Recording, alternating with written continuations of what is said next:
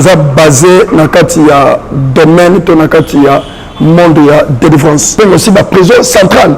Et ceux qui toquent, musique, on commence à Joseph, tous les gens qui ont déconné, Joseph, avant bien soit avant on remonte à Joseph, avant de participer à la prison, ils avaient un peu différent. La première prison, ils avaient une prison, il y a Tata Naïe. Ils avaient un peu de sous. À quel moment azomota mais bana oyo azomota ozotala pene kino papa ça dit oh maman ça oh positif mais bazomini ça ba SS na ba AS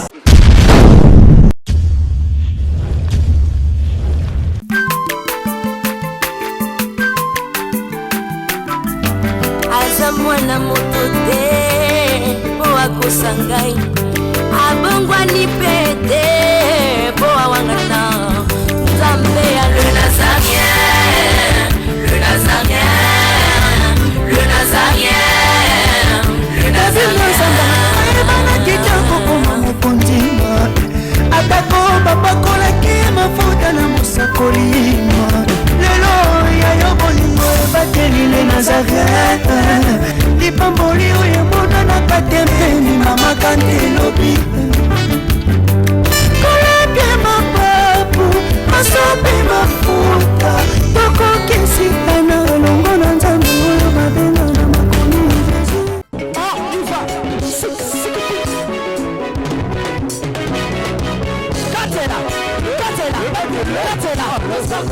allez, Katela,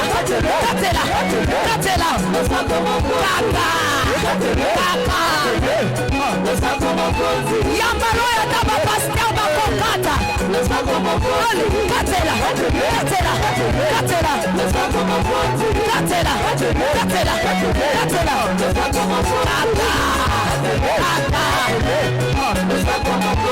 Bina na yo. Yambalo ya taba ministra bakokata.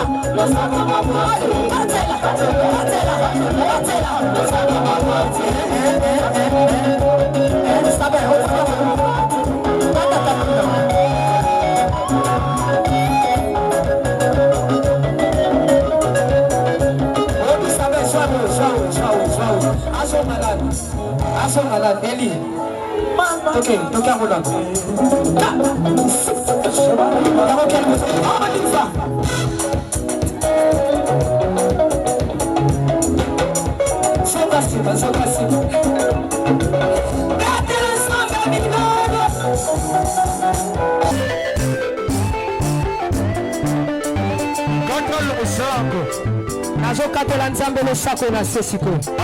Nazokatela lo sako siko tuma. Nalingi nakatela nzambe lo sako. Lo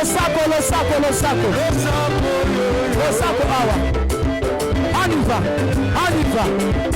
Allez, Katela. Allez, tozosonga siko, tozosonga. Tikela Katela.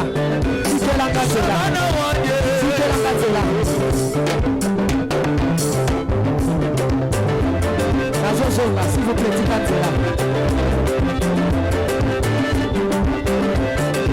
Yoka.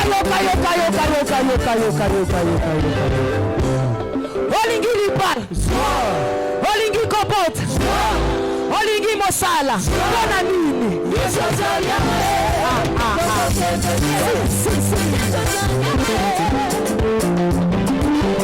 Que Dieu vous bénisse. Nous surtout partout dans le monde. C'est toujours votre frère, le prophète Josué qui est tout là. Le Kolamo Messanu, Kolo A Pambolabino, A Batelabino. Toza Kokoba toujours na kata musala nzambe malgré peut-être l'absence que tu as la mingi mais toza toujours na kata musala nzambe nzambe pambola bino surtout bandeko surtout oza kolanda biso partout dans le monde. Que Dieu vous bénisse. Na banzi na sepela ki mingi boyebi que toza basé na kati ya domaine to na kati ya monde ya défense. Le col a Messanu, dans le bar toujours, na batuke non. Ceux qui m'ont non délivré, il faut y aller comme Azak on risque même que si que Christ vient aujourd'hui, on risque même qu'il a hérité au royaume des cieux. Pourquoi? Parce que cet homme-là, il est non délivré. Et un bon chrétien, il faut la délivrer. Donc la délivrance, il y a toujours que les amis centrés, il y a ma campagne surtout. C'est-à-dire, dans la délivrance, on écoute la sanctification des amis, pardon des amis, amour des amis, donc prière, tout. Et ça, dans la délivrance. Et il y a aussi d'autres pasteurs, et Jésus-Christ est Sakoufa qui sur la croix de Golgotha, ce n'est pas encore la peine, il y a qu'on soit délivrance. Donc, nous sommes sur la Macambo, mais il faut que même les pasteurs, je parle toujours qu'il y a aussi même des pasteurs, même des prophètes, même des docteurs, même des ministères, mais il est non délivré. Donc, c'est-à-dire, la délivrance est un domaine où même nous des pasteurs, même nous des prophètes, des évangélistes, des docteurs, des apôtres, nous sommes censés il y a la délivrance. Parce que ceux qui montent dans la vie, délivrance à finalité, qu'on le bâtit, qu'on a délivré. Donc un bon chrétien, il faut la délivrer. Alors, on a décortiqué le livre Ésaïe, chapitre 61. Et puis, si Ésaïe a l'Esprit du Seigneur est sur moi, il m'a oué, et pour délivrer des gens qui sont dans la captivité, et pour délivrer des gens qui sont dans la prison, et pour traiter même des cœurs brisés. Et nous, on va parler surtout sur les prisons sataniques. Donc il y a même temps dans le cas de chaîne il y a les Nazariens, il y a sur les prisons sataniques. Donc il y a domaine de la spiritualité et ça n'a pas prison. Et même quand on a tout ce monde qui est prison niveau par niveau. Et ça n'a pas prison où les amis de la cachot, tout ce monde va cachot. Et ça n'a pas bicycle, tout ce monde va parquet. Et tout ce monde a bicycle, tout ce monde aussi la prison centrale. Et ceux qui toquent musique, on remonte à même Joseph, tout ce monde va déconner, avant de Joseph, avant bien soit avant de on remonte à Joseph, avant de participer à la prison où ils avaient qui est un peu différent. La première prison, et ça veut dire une prison, il y a Tatanaï. Donc, c'est-à-dire que Bandé Konaïe va préparer même prison pour Joseph. La Bible dit que non, Joseph, dans le Genèse chapitre 39, ou alors celui qui va dire que Joseph, Bandé Konaïe, qui va cotiser la carte du boulot. La carte du boulot, c'est qu'il va cotiser. Donc, c'était déjà une prison. Donc, il était déjà emprisonné. Et quand on a la Bible dit que la est en prison, pour que le copain ça y est dans ma boque, il y a un commerçant. Et un commerçant, tant que soit moto, tant que soit a comme même le corps la prisonnette, a comme même comme un esclave pour il faut à quand va singa ma boko pour azwa tela ko bendaï et ben sur la biso quand la même la katanda qui a Potiphar il était là-bas malgré qu'il était libre mais Bible ça parle biso azalaki toujours la katia esclavagisme et toujours au solo comment que même la femme de Potiphar il a fait tout pour alukamaya bima na Joseph et ben chanza qui est sous prison si à quelqu'un qui se retrouvait la prison royale. Donc, on a développé comment la prison. Vous savez, même un chrétien, si au côté que ça au monde de là, mais tu es prisonnier. Au côté que ça nous a chanté, que tu chantes, que tu es un prisonnier. Au côté que ça nous a parlé à langue. Si tu ne sais pas, tu peux être aussi un prisonnier. À langue, tant que yemba malam, tant que monde de la malam, et quand tu es à la grâce. Mais la seule grâce, tu peux voir comme si tu es libre, mais tu n'es pas libre. Et la ligne est dans la première prison. Tu as plusieurs sortes de prison, mais la ligne est quand vous développez la première prison.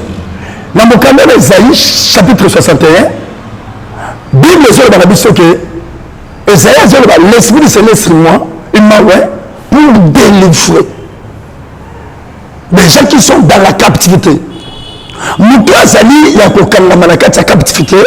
Donc c'est ça ce que nous appelons un esclave. Donc un esclave, Azal Moutou, Azal vivre, Azal libre.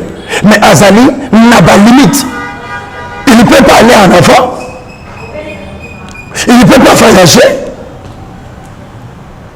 Il ne peut doit faire de bonnes choses pour notre intérêt na yemoko. Pourquoi? Parce que azali un esclave. Un esclave, azam mutu oyo, asalaka besoin ya yete, mais azam mutu oyo c'est la besoin ya maître na ye. Et quelque part, Paul a dit même que non, nous sommes les esclaves du Seigneur Jésus-Christ. Oui, nous sommes les esclaves du Seigneur Jésus-Christ parce que nous avons ça la volonté de Jésus-Christ. C'est pourquoi nous sommes les esclaves de Jésus-Christ. Mais la dominant le contraire, nous avons parlé de l'esclave. Nous avons vu quelques exemples de Joseph. Joseph n'a pas encore Potiphar. Dieu a béni même la maison de Potiphar. Dieu a béni même les langues à Potiphar, même celle à Potiphar, et c'est là qu'il bénit. La Bible est simple qu'à cause de Joseph, que Dieu a béni. Oui, c'est là qu'il Ndaku, tout mieux sur Potiphar. Mais Joseph Yemoko, a été bénéficiaire, il y a Biloko Wanate, parce qu'il était un esclave. Vous savez, mes bien-aimés dans le Seigneur, tu peux être esclave. Mais surtout, il y a des bâtiments à yote, maître na yo ko bando ko sala la yo. Il y a aussi d'autres personnes. où il y a des esclaves de la famille, au comment on a un esprit de servitude, à sa libre, à l'Ukakamongo, à Swakamongo, non à ça dans la poche, il peut avoir des millions, mais il faut que des millions il y a ce ça-là, et ce qui est de wapi. Tu es un esclave, on les a emprisonnés, disons, on a esclaves, on a la captivité, on a le ça là, mais c'est la servitude. On retourne mon que bana ya yomoko ozo sala incapable ya ko aider bango mais oza ko zuwa pe ya ko sunga bana ya mandeko na basi ozo pa bisa bango ba université mais o ya yomoko ozo mona ko zo lemba na même côté bisa bango ozo zo ba millions ozo ko se sentir que nous on est libre ozo on na ba type mais retourne mon que na muntu ko ya yomoko moyo na maman ya yomoko saté. Mais aux hommes, ils ont balle, il y a famille, aux hommes même. Pour eux, tout est normal. Au moment où tu as marqué, on est en train de dire que non, tous eux, c'est la même pour remarquer la famille. Non, tu es un esclave. Tu es esclave. On a bénédiction là, il y a bénéficier de l'angote, mais bâtiment sur son dos, ils ont bénéficié de l'angote. C'est ça ce que nous appelons que quelqu'un, où il y a sali la katia, esclavagisme, aux hommes libres. Au niveau de la Cambongo, on est libre. Tu peux même voyager, mais on est esclave. On est tellement surtout pour que ça la même besoin, bah quand tu connais d'ailleurs. J'ai une sœur. Un jour, à Ebsi, papa, le col a tout ça, la misala, il a coulé béton. À Ebsi, papa, le col a misala, il y a même l'église, il y a qu'à na pesa yo mbongo même il y a 30 sacs à ciment pour tout comme moi tout couler béton la mona ton grand-père la Bible ensemble sur le coup na comme pasteur tu de solo anaye après avoir que solo là ngana beka que les autres mbongo ba sacs à ciment pour na kaki na kala mo ndeko mo na mo la koti abenge mo panzi basololi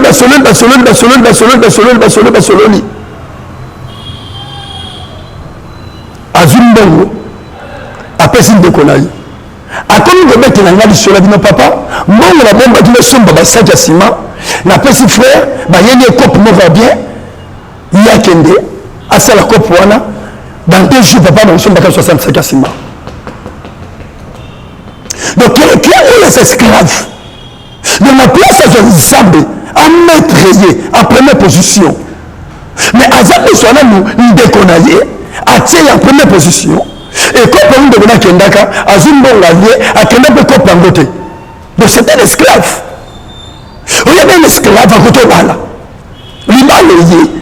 Au sein de Bala, madame. Au côté de Bala, il y a l'Ibala. Mais le corps des esclaves, on retourne dans de l'autre Bala, Bala, on a aussi Bala.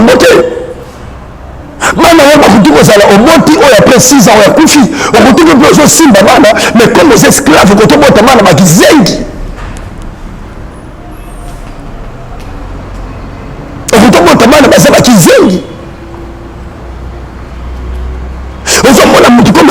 mariage, oui. Et quand tu es là, esclave pas balaka. Mariage lié. Au compte du mal, il a besoin de que ma motte est athée.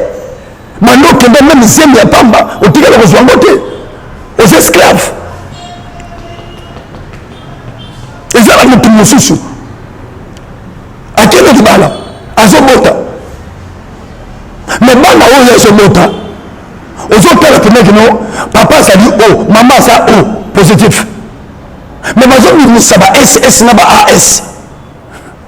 Depuis le moment où aux autres pères, la même de ces hommes qui n'ont pas besoin de tout maintenant, et l'homme va me goûter ça les mater. Mais mal, bon, ma soeur, ma soeur, me dit dans le Seigneur, on sait que bon, pour la carte, c'est esclavagisme. Un esclave, ça sera libre. Mais c'est quelqu'un qui a des limites. C'est quelqu'un qui a des limites. Et c'est pour nous, vraiment, que Joseph, n'a qu'à s'en pas Potiphar, il était libre. Mais il était un esclave. Et moi, la sauveté, à partir, il y avait verset 39, on a toujours Genèse chapitre 39, au comment on a dit, au moins ça, Potiphar, à son compte, c'est la Joseph Makambu. Alors, bien le Komoko. Alors, esclave, il est hébreu. Oh, il y a un kingaï. Oh, il y a un kimiso, n'a qu'à s'en pas. Donc, à ça, on confirme que Joseph, il est un esclave. Mais bien le dans le Seigneur, nous allons expliquer le Komoko. Nous avons ce numéro 081 41 88 et 012. On met Karobenga, tu ne reçois pas encore partagé, tu ne reçois pas encore aidé. 081 41 88 et 012. Mais bien aimé, un esclave, et sa prison, libre sans le langage, et ça monte à Kangami, mais Azali libre. Il y a que servir, il y a que saler le comme Roboui. On a une introduction, parce qu'il faut quitter, si on sort de la prison. Il faut que je développer, sortir de la prison cabalistique, la prison, il y a un monde de pandémie, la prison, il y a un monde de bratacapra, de prison, il y a un monde de canis. Mais avant la zone, il y a qu'on parlait, 3 sortes, il y a prison. Mais il y a 3 sortes de prison, dans la zone là-bas, et ça, la prison, et ça, minée. Les alliés n'ont sous-prison la scène à Yango, les alliés n'ont sous la scène à Yango. Mais avant l'animal de la caca, biloko onano, introduction na 4 messages, comme bon salaté, comme 081 41 88 et 012. Et deuxièmement, même Jésus-Christ, le jour qu'il a matin qui est avec la synagogue, pour prêcher, il a ouvert toujours le livre d'Ésaïe, chapitre 61. Il a dit ça, que l'Esprit du Seigneur est sur moi. Il m'a ouvert pour délivrer des chrétiens ou des gens qui sont dans la captivité. Et pour libérer même des prisonniers. Qui est un prisonnier? Un prisonnier, je vous avais parlé, un esclave, c'est quelqu'un qui est libre. Mais un prisonnier, la katinaye, aza liberté. Parce qu'un prisonnier peut voyager. Mais, pardon, un esclave peut voyager. Mais un prisonnier, il ne peut pas voyager. Parce que les hommes ont la limite,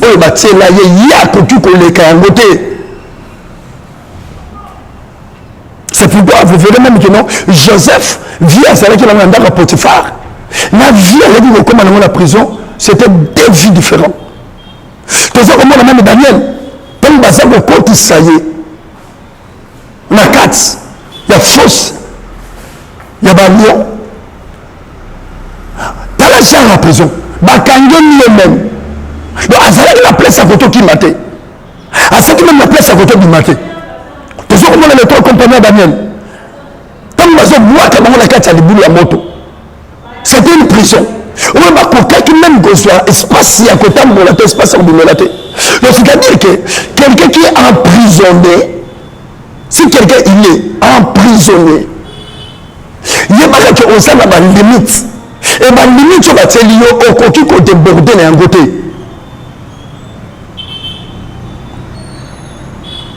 exemple mon avocat ça mutu oyo mwasi aza kitoko otali mwasi ya kototula te otali mwasi oyo non ndenge nazotalela na mwasi ya kototula te mais ozomona ke mwasi wana banda vie atikali kozwa te momadi moko datiaka ishi akoki kotia maquillage na baniveau nyonso tu mais moto atiaka ye kaza te donc cette genre de femme aza esclave te mais aza moto aza na kati ya prison parce que na kati ya prison mariage esalemaka te na kati ya prison moto bakoki komala ye te na kati ya prison donc c'est-à-dire l'esprit de ce genre de personnes eza oyo eza na kati ya boloko eloko oyo eza na kati ya boloko il faut bazwa masque moko ya boloko balatisa ye c'est ça ce que nous appelons des fois des masques de vieillesse. Attention, moto aza na kati ya esclavagisme akoto ozalaka kitoko azoki kosalaki mbimba mpo anaye sa famille. Il peut avoir aussi beauté moko boye azoki asalaki mbimba mibali mpe bazolinga ye mais oyo aza na kati ya boloko okomonaki bakoki kozwa masque batie ye e masque wana ezosalaka partout azokende mutu moya mona ye eza te mutu moya tia ye ka eza te e mutu aza na kati ya boloko maintenant dans le Seigneur même ngai yango nalobaka eloko moko le problème ya Lazare na mozwi tala yoko naexplike yo Lazare il était un chrétien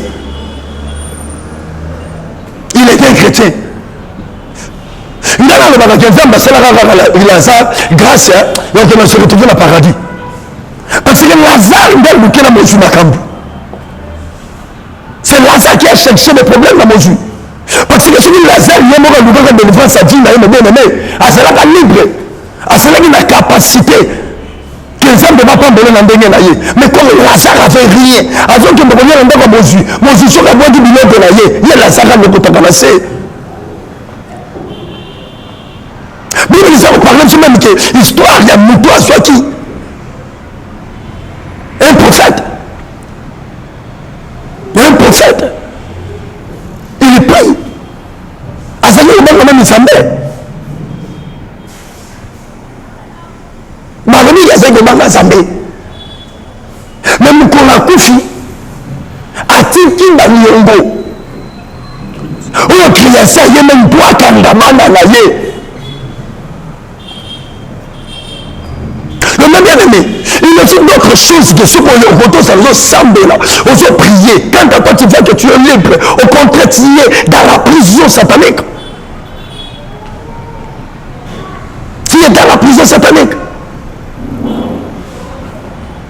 un monde à la carte à prison mais bien aimé un prisonnier à côté qu'on soit à fierté à Salasimba monde à la carte à prison à ton PC $1 million mon PC 1 mois à Okoya parce qu'il a fait la carte à prison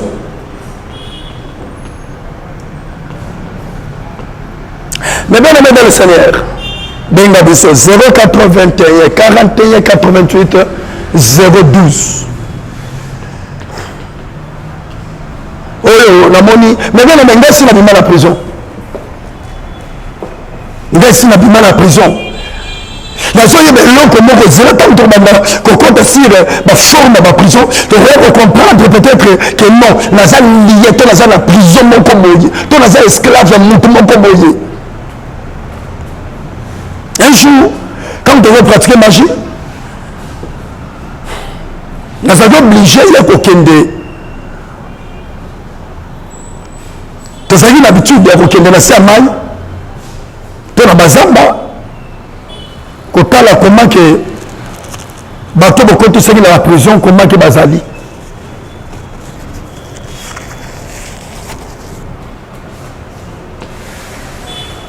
bokokende bobandi kotala baprison bozo kocontrôle baprison bozo contrôle baprison bozo contrôle baprison e yebaki ke un prisonnier aza mutu oyo comme eloko akosala eza te musala nezala mingi pongi. C'est pourquoi on a même mesala bato musu je mona mobali monene mobali mbinga mais tongo ti propre no ka de la dame so ga le mbinga pongi tu es un prisonnier mon bien-aimé loka ta délivrance té na ka pas que bible simba na le peka so ko zo kende na moba tout ko so ko mona yo non oh frère mais pongi la talio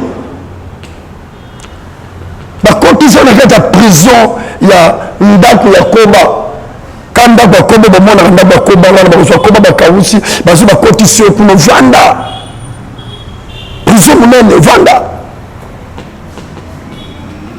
il faut raisonner un chrétien quand on met ça dans le comme côté ce que vous dites comme l'habitude et comme le message il faut comprendre que non oh il y a une normalité banda comme que la délivrance parce que sans délivrance mes bien-aimés bah signaler biso ngonge tikali moke kobosa la télé numéro na biso 081 41 88 et 012 mais bien aimé sans la délivrance et ça passe pour chrétiens à la chrétien sans la délivrance c'est difficile la délivrance et le mot batom tazala ba moyen non délivrance ezali état ya esprit ya mutu ou ezali libre bible ça on parle biso Christ la synagogue il avait une femme oyo azalaki na kuki mokolo saba ntango mokolo azobondela ye nzambe bascribe bazalaki wana et des pharisiens epesi bango kanda balobi mais komaki mokolo saba obondelela mwasi oyo Christ il a dit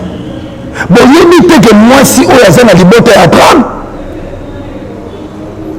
ke Satan lie ye atie na boloko mais bien aimé kanisa na mwana ya mwasi na kati ya libota ya Abraham mais il avait des problèmes spirituels. Mais bien aimé, un chrétien, comme met ça dans la vie de mon côté, comme met ça dans le caractère de mon côté, comme met ça dans les années de mon côté. Donc, le cas de délivrance, il y a banana yo, le cas de délivrance, il y a vie na yo, le cas de délivrance na yo, afin que si que Jésus-Christ vient aujourd'hui, on hérite le royaume de cieux.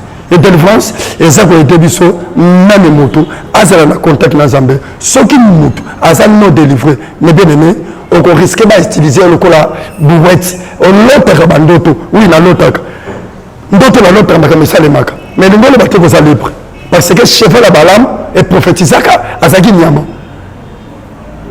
donc bible sur parler biso sorte ya bato attention homme animal aussi peut prophétiser parce que nyama prophétisaki vraiment ta ainsi biso zambalola abattre la bino et la pamboli ma petite sœur propre Olive Moulongo Zambé Abatela yo la pamboli aussi ma fille Judith Bissau Sephora que Dieu vous bénisse sans oublier maman Jackie le Kota sans oublier maman Israël tout le monde Zambé Pambola Bino sans oublier maman la sœur Clarisse maman Eliane et tout le monde que Dieu vous bénisse papa Guinabala aussi Zambé vraiment à Pambola yo Zambé Pambola aussi tout le monde au Basepeli Kolanda les prophètes Josué na tongo lelo le monde a bino pesa la bino bolam na kombo na Kristo merci na olia bakiti na ba mesa atanya ukondoko na mona yo na chayo na mwamba na minito na kata bena katikata saka fufu oui alors est-ce que tu bonjour boni et le côté et puis qu'il y a mon bureau à travailler tes micros donc dès que tu as un galère na niveau 0 tout ça la boy ngai naza na mbongo vraiment mingi te mais nazotiela bino moi mutio naza nango na agence moko boye Nazareta. Caritas c'est du sérieux. Oh maman comment des bongo donc yo pesa au futi mbongo kuna partir à poto biso to ya to jubilo na bengi ya Scotty agence moi ifongami comme nango Nazareta na kufie agence lisusu ndeke sansu mulongo kuna pour cela kuna eza mamba mulongo te ye si afuti mbongo kuna partir à poto biso tozoke ko récupérer biloko oli tika boyeko yeso mona makamba bongo na monte bat papesi mbongo kuna biloko récupérer biloko oli na agence ezalaka mais yango bandi mama leki nanga yebisi ngai mais na ndimite na lingi na mona kimona mbeso po likamba boye na monde na nesalama te mama yebisa ngai bapesi mbongo kuna biso to récupérer biloko kolia awa ya solo boutique Nazareta ezali boutique ou ezali ya distribution ya produits alimentaires. Tosali po tosunga bandeko oyo même ba oyo baza na peu de ressources comme on a bandeko na baza na niveau à Kinshasa même avec un petit rien. Donc à partir à $10, $15. Donc si on a un bon côté, nous devons nous apporter au sungayo à ozuka biloko kolia. Eh maman Nazareth Tanzamba Pambola ya bakse mikole belé awa na sena mokili. Et bon awa tozawa poto yeba adresse awa. La boutique Nazareth a été ici à Kubungate, toza sur avenue Monkoto numéro 1, direction Elengesa. Face à face na église catholique Saint-Vincent. Ah, direction Elengesa, Monkoto numéro 1, à face à l'église catholique Saint-Vincent. Ah, Saint-Vincent d'école. Bon numéro de téléphone, vous avez monté déjà, vous avez on a 3 numéros pour Paris, vous avez un numéro pour la Suisse, vous avez un numéro pour la Suède. Ah non, non, non, non, non, non. Nazareth, nous allons la Congo ici. Julia, nous allons kangisa kia foufou. Eh, ya modé, yo bandika na foufou. Oui, pour la Nazareth, tu as un système en bimbi, dans Bongo Shingo. Bon, ok. Vous allez sérieux. Ça c'est du sérieux.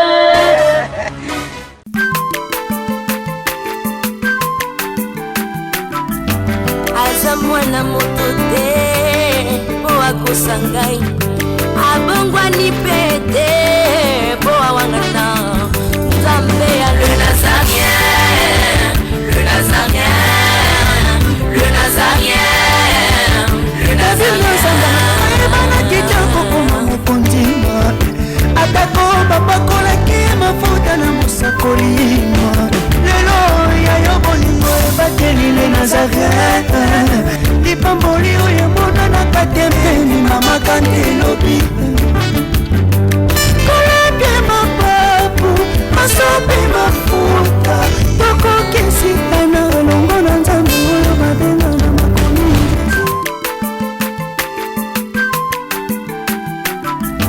aza mwana moto te po akosa ngai abongwa